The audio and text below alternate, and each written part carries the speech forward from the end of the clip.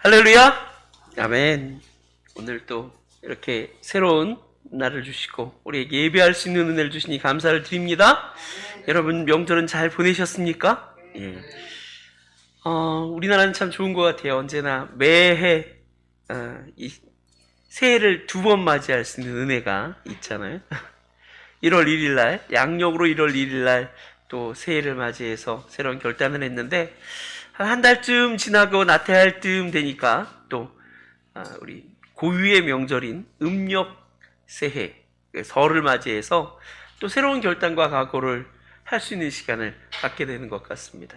그래서 이번에도 새해를 여러분 많이 못 하셨을 줄 알아요. 이번에는 뭐 코로나19 때문에 가족들도 5명 이상 모이지 말라고 그러니까 저희도 뭐 이렇게 가족들 간에 이렇게 만나는 시간들을 다 뒤로 미루고 이번엔 잘 만나지 못했어요. 그래서 다들 전화로 세배하고 또 어떤 분들은 인터넷을 통해서 또 이렇게 화상으로 이렇게 세배하고 뭐 이런 분들이 많이 계셨다고 들었습니다.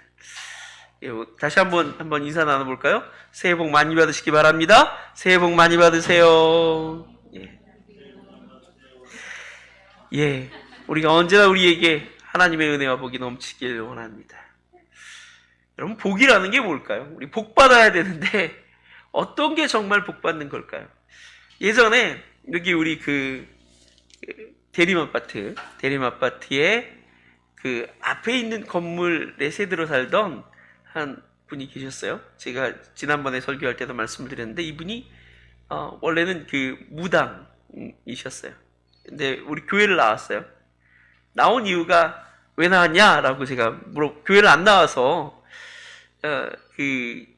그분은 뭐 무속인인데도 교회를 나오다가 안 나와서 제가 찾아가서 아니 왜 안 나오시냐 그러니까 이제 못 나간대요. 산기도 다니려고. 그래서 아니 그럼 그동안은 어떻게 교회를 나오셨냐 그러니까 이 신들 중에서 제일 큰 신이 하나님이기 때문에 이 하나님께 허락을 받아야 돼서 처음에는 교회를 나왔다가 이제는 허락을 받은 것 같아서 산기도 다닌다고.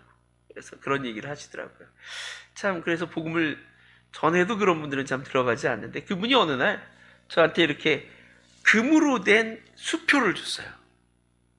물론 진짜 금은 아니고 금으로 이렇게 그 종이에다 이렇게 도금이 된 수표가 줬는데 그 수표의 그 단위가 얼마였냐면 1조 원이에요. 1조 원.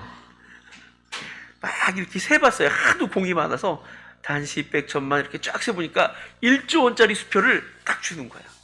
그러더니 하나를 딱 봤더니 이게 뭐예요? 그러니까 이 수표라고 마음껏 쓰시라고 해서 장난처럼 주신 거죠. 하나가 부족하세요? 그러면서 하나를 더 주시는 거예요. 그래서 그분이 우리 김선재 집사님과 같이 나오셨는데 그래서 그때 이제 언제 주셨냐면 최신자 오면 새신자 교육 이제 5주간 하니까 5주간 하면서 예배 끝나고 잠깐 모였는데 그걸 딱 주시면서 그러는 거예요. 목사님 제가 이렇게 1조 원이나 드렸으니까 이거 1조 원 갖고 뭐 하실 거예요? 큰 집 하나 사갖고 우리 한번 그냥 떵떵거리면서 잘 살아볼까요? 막 그러더라고요. 그래서 장난처럼 글쎄요 라고 그랬는데 여러분 1조 원이 주어지면 여러분은 어떻게 사시겠어요? 1조 원이 주어지면 한번 상상의 나라를 한번 펼쳐보세요. 뭘 할까요? 큰 집 사고 또 좋은 차 사고 여행도 많이 다니고 아마 이런저런 생각들이 많이 펼쳐질 거예요. 그러면서 이야 돈이 많아지면 정말 행복하겠다. 야 그래서 돈 많은 게 복이라고 그러는구나 라고 생각하실 것 같아요. 정말 복일까요? 근데 보면 돈을 많이 가신 사람들이 정말 행복하냐? 라고 봤을 때 오히려 그렇지 않은 면들이 더 많다는 사실들을 우리는 언론을 통해서 우리 주변의 사람들을 통해서 많이 보게 됩니다. 가깝게는 우리 외갓집이 어느 날 갑자기 부자가 됐어요.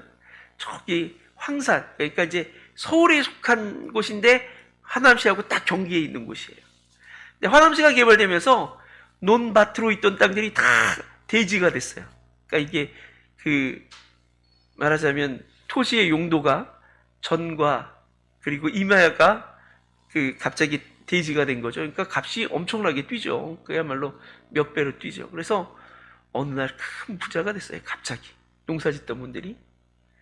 그러니까 그럼 행복해져야 될 거 아니에요. 돈을 자녀들하고 잘 나눠 갖고 행복해져야 되는데 돈이 생기면서 불행해지기 시작했어요. 돈이 생기면서 가족들 간에 쟁투가 벌어집니다. 아버지는 그렇게 얘기해요. 내가 이 땅 하나도 안 팔고 큰아들한테 다 줄 거야. 그러니까 작은 아들이 아들하고 자녀들도 많은데 가만히 있겠어요? 다른 자녀들이 막 항의하고 찾아오고 형제 간에 분란이 나고 결국 지금은 이제 그 큰형과 다른 가족들이 서로 보지 않아요. 서로 보지 않아요. 그 형님은 제 사촌 형인데, 사촌 형님은 잔치 자리나 가족들 모임에 절대 나오지 않습니다. 나오면 아주 큰 분란이 일어나요. 그래서 요즘은 뭐 저희에게 인사도 없고 아버님한테 인사도 없고 그래요. 행복하게 사는지 모르겠어요. 그러나 행복하지 않을 것 같아요. 가족들 간에 그렇게 다투면서 무슨 행복이 있겠어요. 사실 많은 부자들이 돈이 많음에도 불구하고 불행해서 자살하는 경우들이 많이 언론에 보도되고 있습니다. 2003년에는 경찰의 출두를 앞두고 있었던 현대아산의 회장인 정몽원 회장이 12층 자기 사무실에서 뛰어내려서 목숨을 끊었습니다.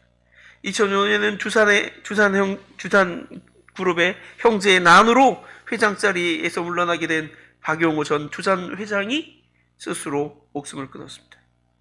그리고 또 이건희 회장의 딸인 이윤영 씨도 스스로 목숨을 끊은 것으로 전해지죠. 이 진짜로 스스로 목숨을 끊은 건지 어떤 사고였는지 어떤 의도가 있는 타살이었는지 이건 뭐 의혹은 많지만 밝혀진 건 없습니다만 공식적으로는 자살이에요. 그뿐입니까? 이 나라의 대통령이었던 노무현 전 대통령도 스스로 목숨을 끊었습니다. 그 밖에도 돈 많아서 행복할 것 같고 인기 많아서 행복할 것 같은 국민적인 관심을 끌었던 많은 이들이 자살하잖아요. 특별히 최진실 씨, 그리고 최근에는 설리, 구하라, 박지선, 송유정 많은 사람들이 작년과 올해에도 스스로 목숨을 끊었어요.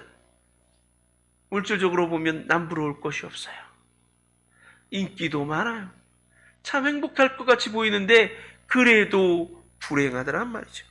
다 가지고 있어도 높은 자리에 앉아 있어도 그게 행복을 보장해 주지 못한다는 사실을 우리 주변의 많은 이야기들이 우리에게 들려주고 있지 않습니까?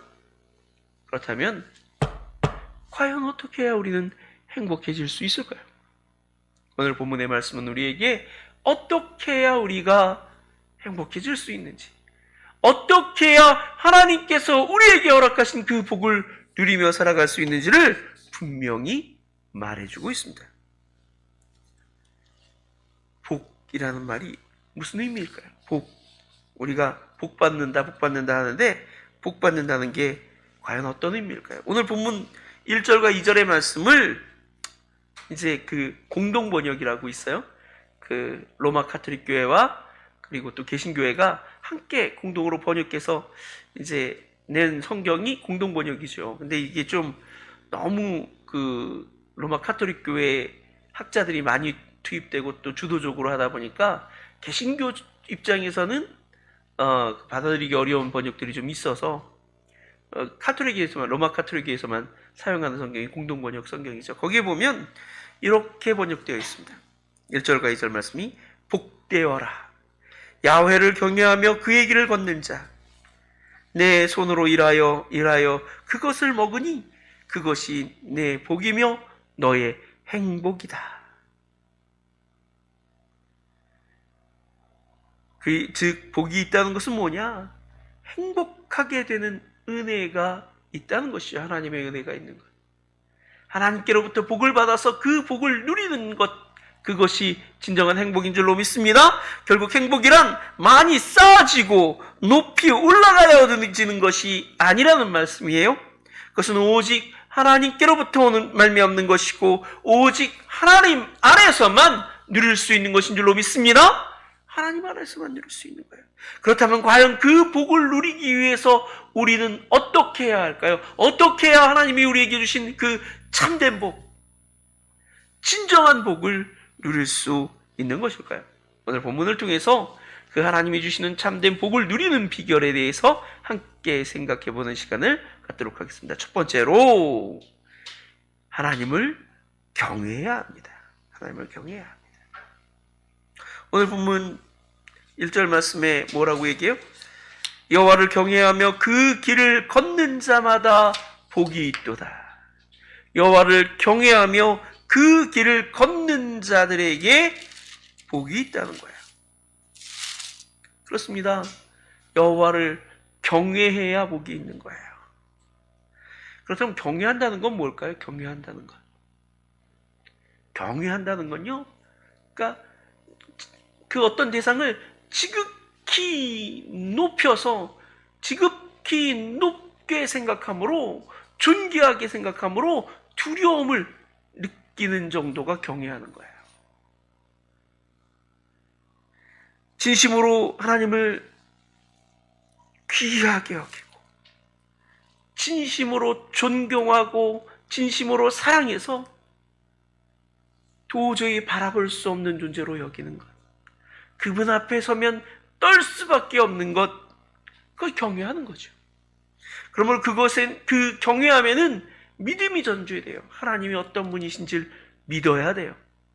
그리고 진심으로 사랑하고 그 마음으로 하나님을 존경하고 높일 줄 알 때, 귀히 여길 때 경외할 수 있게 되는 줄로 믿습니다. 이런 마음이 정말로 커지면 그것이야말로 주님을 진성으로 경외하는 것이죠.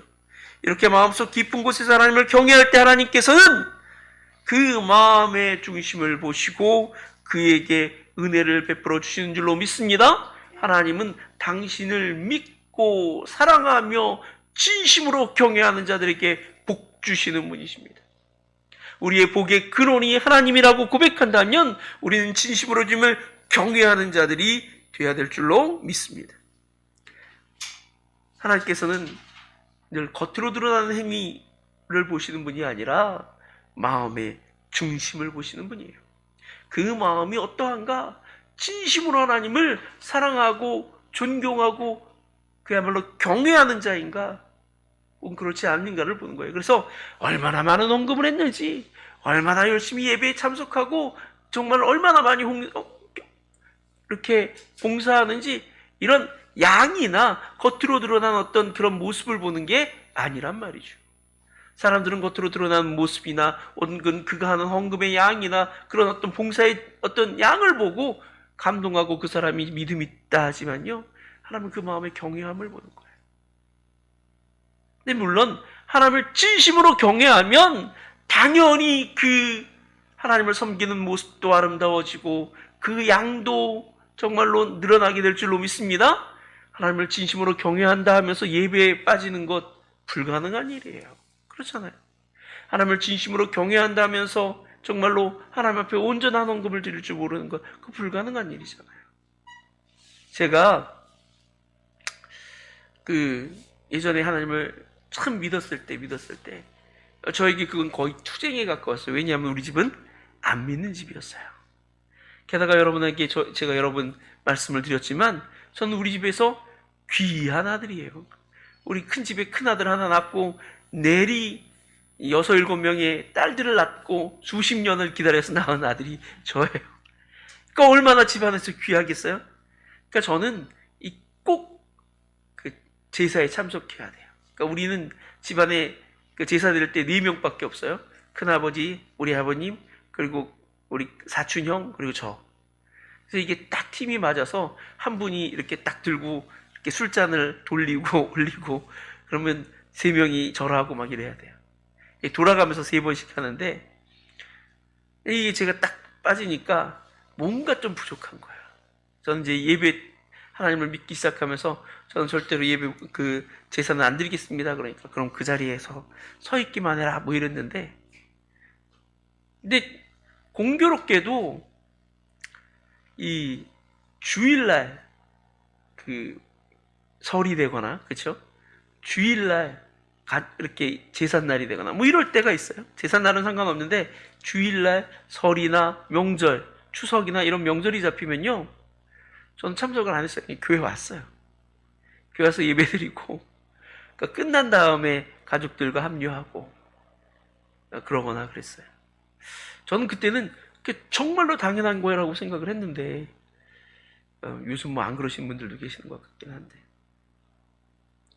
진심으로 경외하는 마음이 저는 있었기 때문에 하나님 앞에 예배를 빼먹을 수 없다, 뭐 그렇게 생각했던 것 같아요. 저는 하나님 믿고 나서 단 한 번도 주일 예배를 빼먹은 적이 정말로 없는 것 같아요. 어떤 의미에서든지.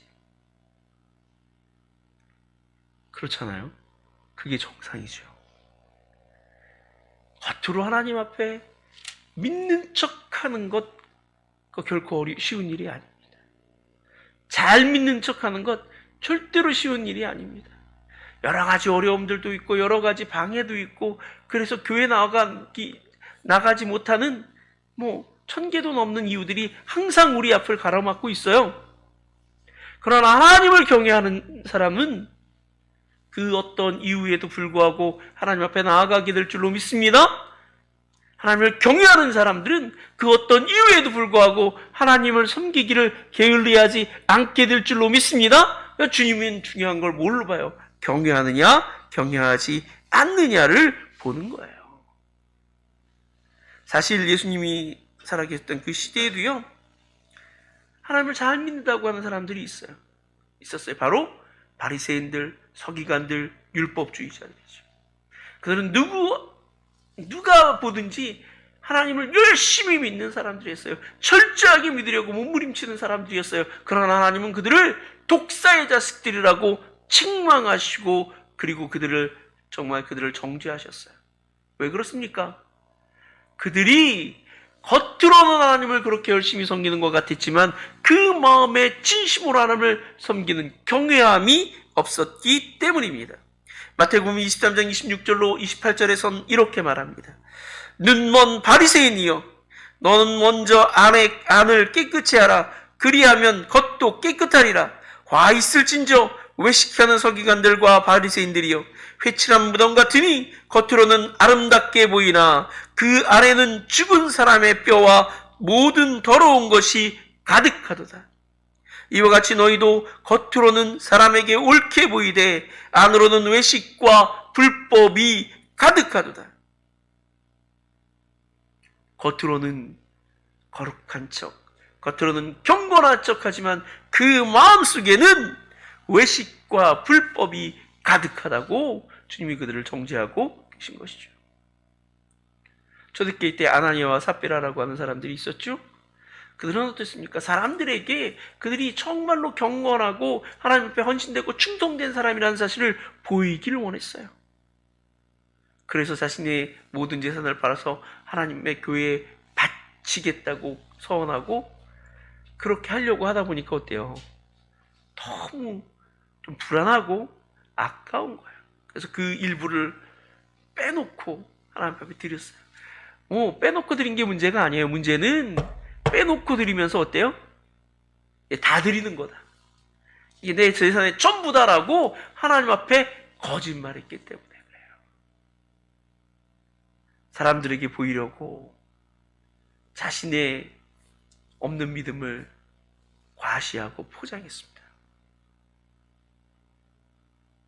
이러한 그들의 외식을 하나님은 책망하셨고 그들의 영혼을 거두어 가셨어요. 그들이 지옥 같다라고 말할 수 없을 줄로 믿습니다. 그러나 분명한 사실은 그들이 하나님 앞에 책망받았을 줄로 믿습니다. 책망받은 거예요. 여러분, 우리는 진심으로 하나님을 경외하는 자들이 되어야 될 줄로 믿습니다. 경외해야 합니다. 나는 과연 진심으로 하나님을 경외하고 있는지, 과연 내가 진심으로 하나님을 경외하고 하나님께서 우리에게 복을 내리시고 경외하고 하나님께서 우리에게 주시는 그 복을 받을 만한 자격이 있는 사람인지 돌아볼 줄 아는 저와 여러분이 되시기를 바랍니다. 진심으로 경외해야 합니다. 얼마나 우리가 외적으로 많은 헌금을 하고 있고, 얼마나 우리가 정말 열심히 교회에 나오고 있고, 이게 중요한 게 아니라 진심으로 내가 하나님을 경외하느냐가 중요한 거예요. 많은 사람들이 하나님을 믿고는 있지만 진정으로 경외하는 만큼은 아닌 것 같아요. 교회에 나오고 예배도 드리고 신앙생활도 하고 입술로는 하나님을 사랑한다라고 고백하고 있지만 진정으로 하나님을 높이고 지극히 높여서 그 앞에 떨 만큼, 그분을 두려워할 만큼 그렇게 진심으로 경외하고 있는가? 돌아봐야 될 줄로 믿습니다. 우리가 진심으로 경외하지 못할 때 주의 복과 은혜를 누릴 수 없다는 것이죠. 경외하는 자가 복을 누리는 것입니다. 그렇다면 어떻게 해야 우리가 하나님을 경외할 수 있겠습니까? 아까도 말씀드렸지만 그 전제가 뭐예요? 하나님을 경외하려면 하나님을 알아야 돼요. 하나님을 어떤 분인지를 알아야 되죠. 그 하나님을 진심으로 믿어야 되죠. 그리고 우리의 삶 속에서 끊임없이 그분의 은혜를 경험해야 되죠. 그리고 그분과의 은밀한 관계가 형성되어야 될 줄로 믿습니다. 그래서 정말 우리가 하나님과 나만 아는 어떤 비밀한 관계가 형성되고 그 안에서 하나님을 깊이 만날 줄 알고 하나님을 섬길 줄 알 때 그 가운데서 경외하는 마음이 싹 트고 자랄 수가 있는 것입니다. 그러므로 항상 하나님을 알아가는 저와 여러분 되시길 바랍니다. 하나님 앞에 가까이 나아가 주님을 만나며 주님과 동행하는 삶을 살아가는 저와 여러분 되시길 바랍니다. 그럴 때 우리가 진심으로 하나님을 사랑하고 존귀 여김으로 경외하는 자로 인정받게 될 줄로 믿습니다. 그래서 언제나 주의 풍성한 은혜와 복을 누리며 살아가는 저와 여러분이 되시기를 주님이라고 간절히 축원합니다. 두 번째로 우리가 하나님 앞에서 복을 누리려면 하나님의 뜻대로 살아가야 합니다. 하나님의 뜻대로 살아가야 합니다. 오늘 우리 엄다연이 안 나와서 누가 옆에 쳐줄 사람도 없네요. 하나님의 뜻대로 살아가야 합니다. 오늘 본문의 말씀에 보면 이렇게 나와 있죠. 여호와를 경외하며 그의 길을 걷는 자마다 복이 있도다. 그렇죠? 하나님의 길을 걷는 자, 하나님의 길로 행하는 자, 무슨 의미일까요?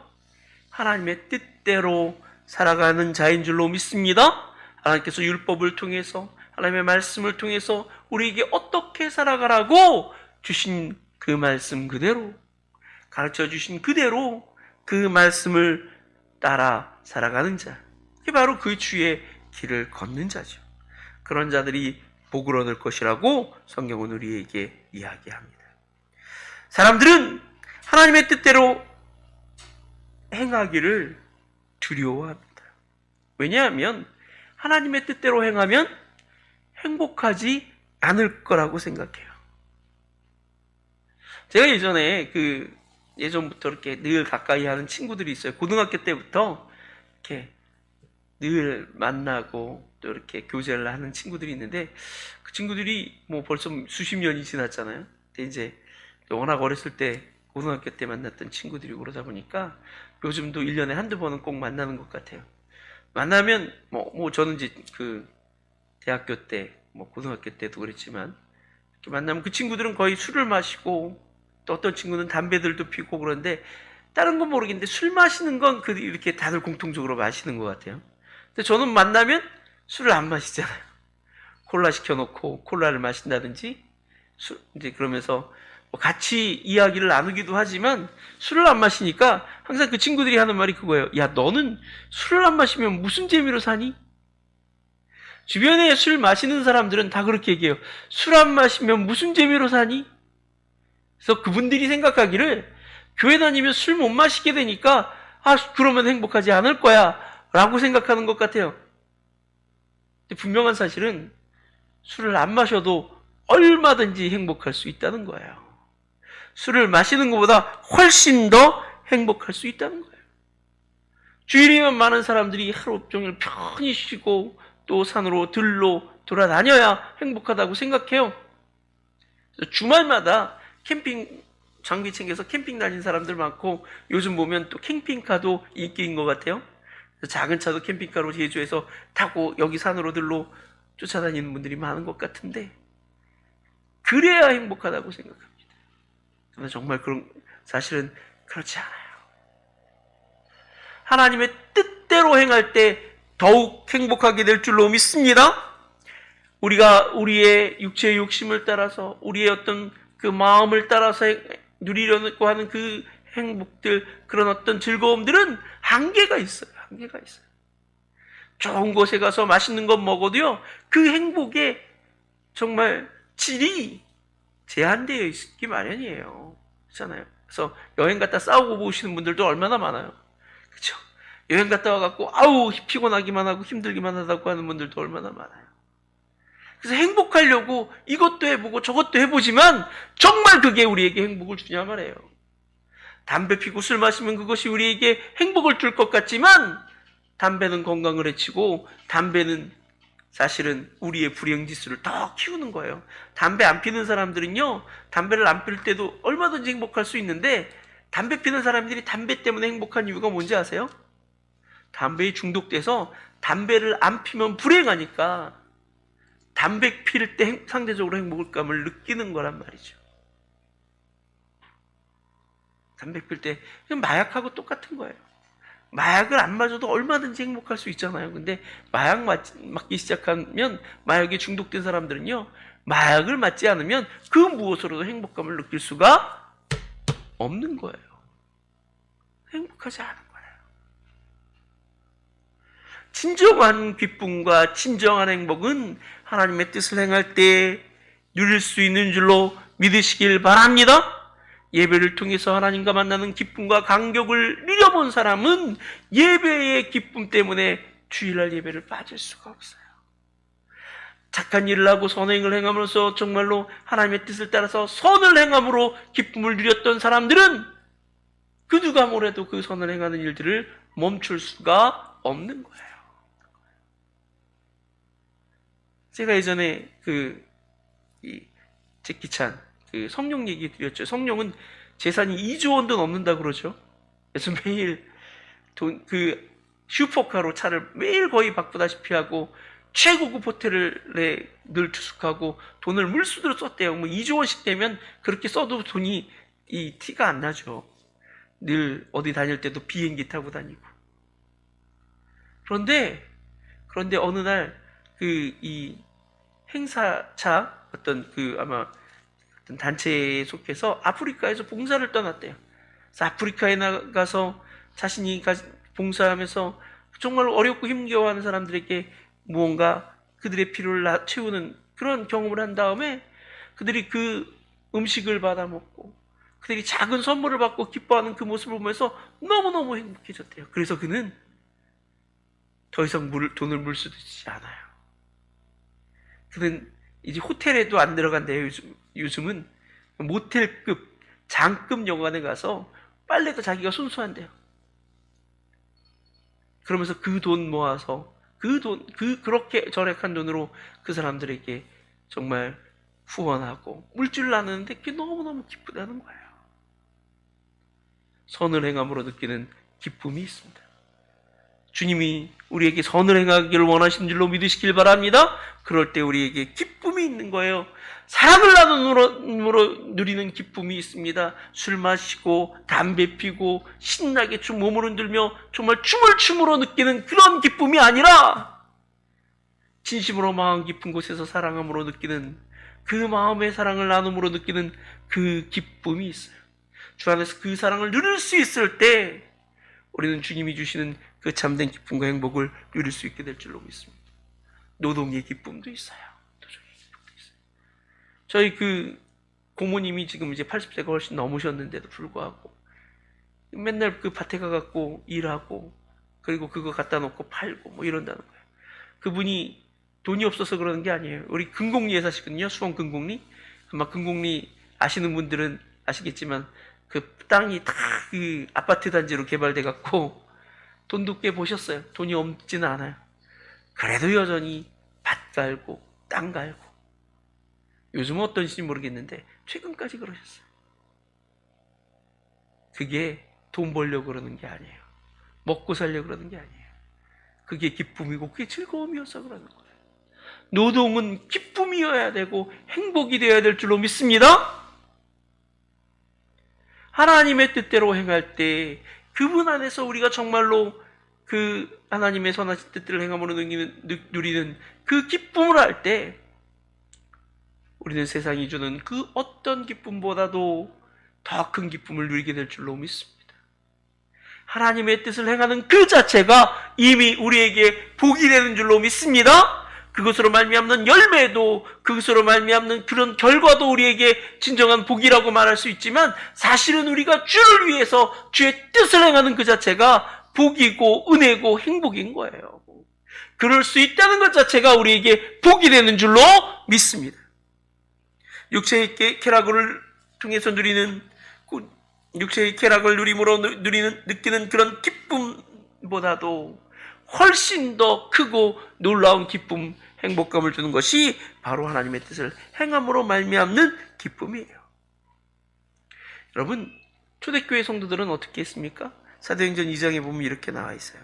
믿는 사람들이 다 함께 있어 모든 물건을 서로 통용하고 또 재산과 소유를 팔아 각 사람의 필요를 따라 나누어주고 날마다 마음을 같이하여 성정에 모이기를 힘쓰고 집에서 떡을 떼며 기쁨과 순전한 마음으로 음식을 먹고 하나님을 찬미하며 또 온 백성에게 친성을 받으니 주께서 구원받는 사람들을 날마다 더하게 하시니라.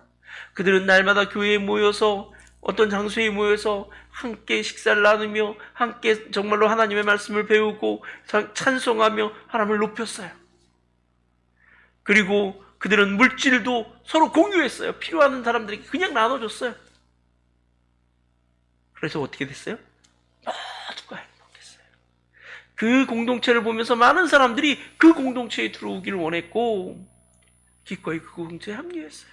그래서 구원받는 사람들이 날마다 더해졌어요. 그 결과로 마침내 사도행전 8장 8절에 보면 그 성에 큰 기쁨이 있었더라. 주님을 믿고 주님 앞으로 돌아오는 많은 사람들이 그 삶의 변화를 통해서 경험한 그 변화의 결과는 뭐예요? 큰 기쁨이었어요. 우리가 주님의 뜻 안에서, 주님 안에서 주님의 뜻대로 살아갈 때 우리의 삶의 진정한 기쁨과 행복이 넘치게 될 줄로 믿으시기를 바랍니다. 이처럼 하나님의 뜻을 행할 때 진정한 기쁨을 누릴 수 있습니다. 그리고 이렇게 하나님의 뜻대로 행하는 자들에게 하나님께서 복을 내리시고 그 복으로 말미암아 참된 행복을 누리게 되는 줄로 믿습니다. 신명기 10장 22절로 13절에서는 이렇게 말합니다. 이스라엘아, 내 하나님 여호와께서 내게 요구하는 것이 무엇이냐? 곧 내 하나님 여호와를 경외하며 그의 모든 도를 행하고 그를 사랑하며 마음을 다하고 뜻을 다하여 내 하나님 여호와를 섬기고 내가 오늘 내게 행복을 위하여 내게 명하는 여호와의 명령과 규례를 지킬 것이 아니냐, 이렇게 말하고 있어요. 여기 보면 우리가 주목할 단어가 있어요. 내가 오늘 내 행복을 위하여 내게 명하는 여호와의 명령과 규례를 지킬 것이 아니냐. 여호와의 규례와 명령과 규례가 무엇을 위한 거예요? 행복을 위한 것임을 믿으시길 바랍니다. 하나님께서 우리에게 말씀을 주시는 것은, 명령과 규례를 주시는 것은, 그 목적은 우리의 행복이에요. 그러므로 우리가 하나님의 말씀을 따라서, 주의 뜻을 따라서, 주의 뜻대로, 주의 길로 행하는 자들에게 하나님의 복과 은혜가 임할 줄로 믿습니다. 그러므로 언제나 하나님의 뜻대로 살아가는 저와 여러분이 되시기를 바랍니다. 마지막으로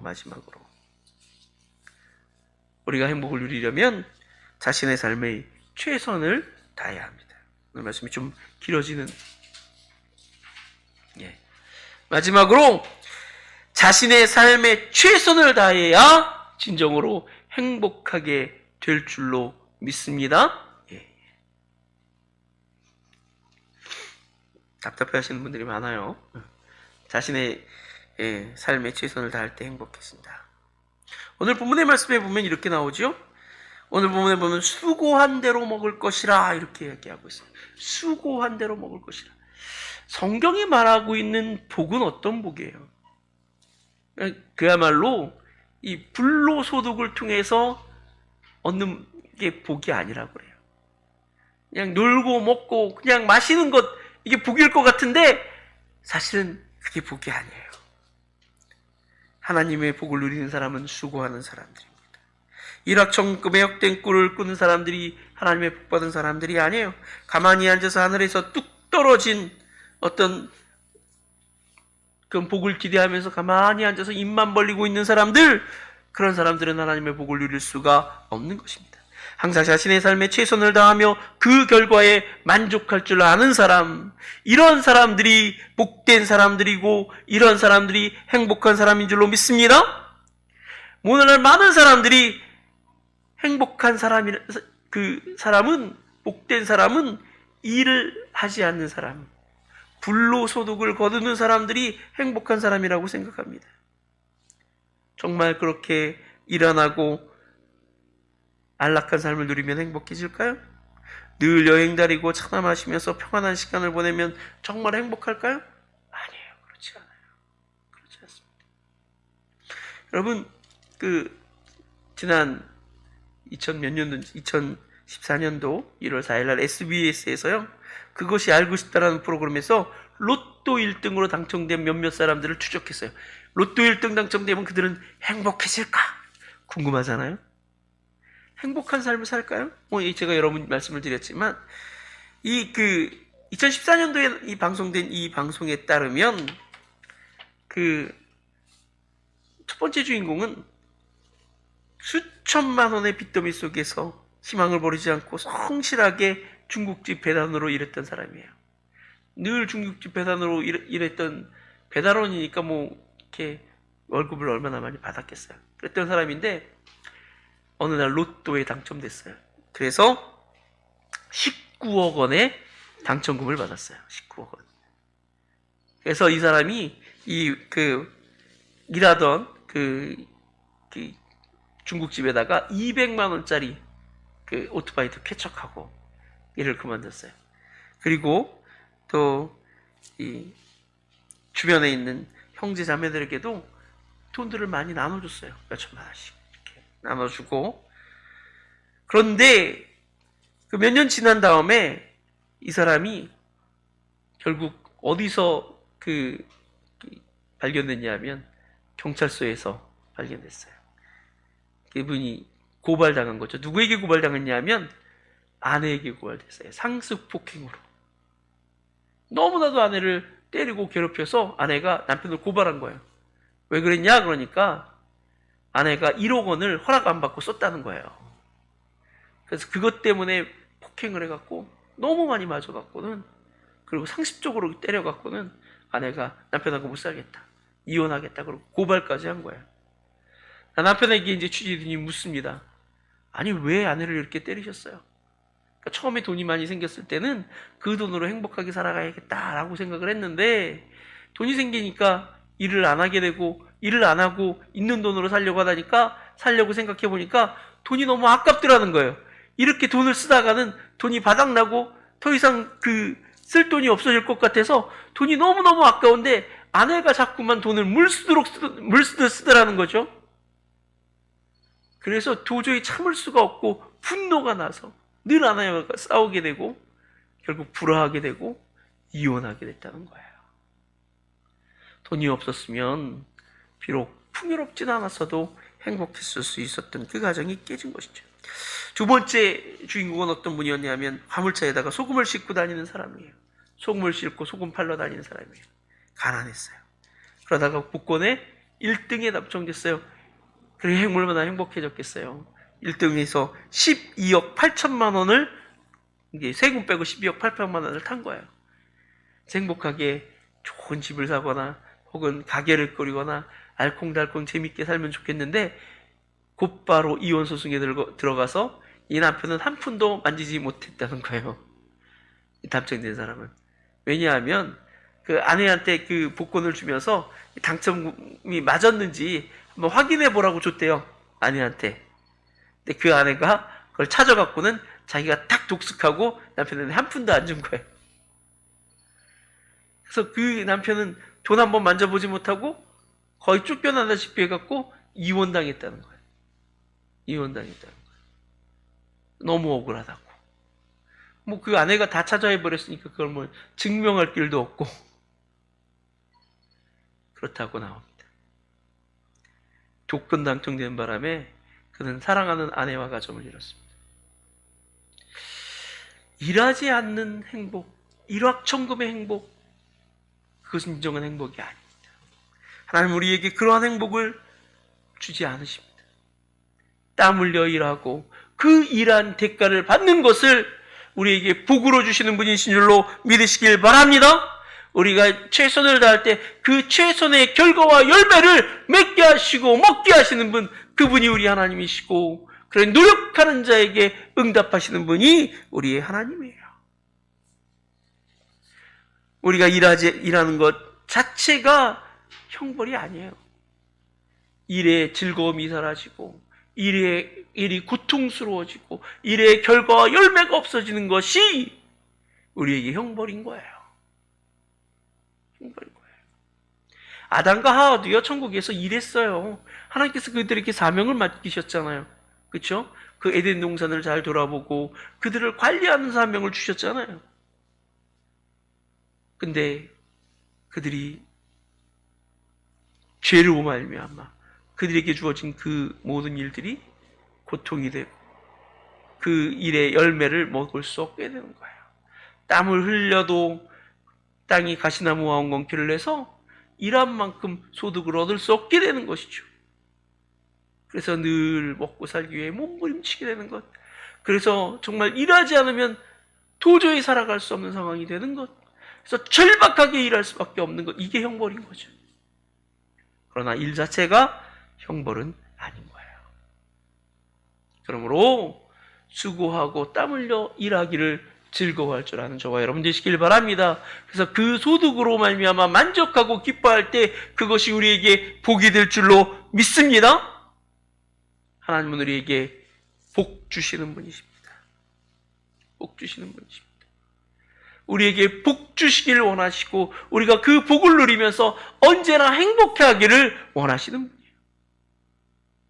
근데 문제는 우리가 그 복을 받을 만한 준비가 안 돼 있다는 데 있어요. 그러므로 항상 복 받을 준비를 하고 살아가는 저와 여러분 되시길 바랍니다. 하나님을 진심으로 경외하고 그의 뜻이 무엇인지 분별하여 그의 뜻대로 행하며 항상 우리에게 주어진 삶에 최선을 다할 때, 최선의 삶을 살아갈 때 하나님 우리에게 진정한 복을, 결코 흔들리거나 빼앗기지 않는 참된 복을 허락해 주실 줄로 믿습니다. 그러므로 언제나 주님 안에서 이 복을 누리며 살아가는 저와 여러분 되시길 바랍니다. 하나님을 경외하고 주의 뜻을 행하며 항상 우리에게 주어진 삶에 최선을 다함으로 하나님의 놀라운 복과 은혜를 누리며 살아가는 저와 여러분 되시기를 다시 한번 주님으로 간절히 축원합니다. 이 시간으로 다 같이 기도하겠습니다. 기도할 때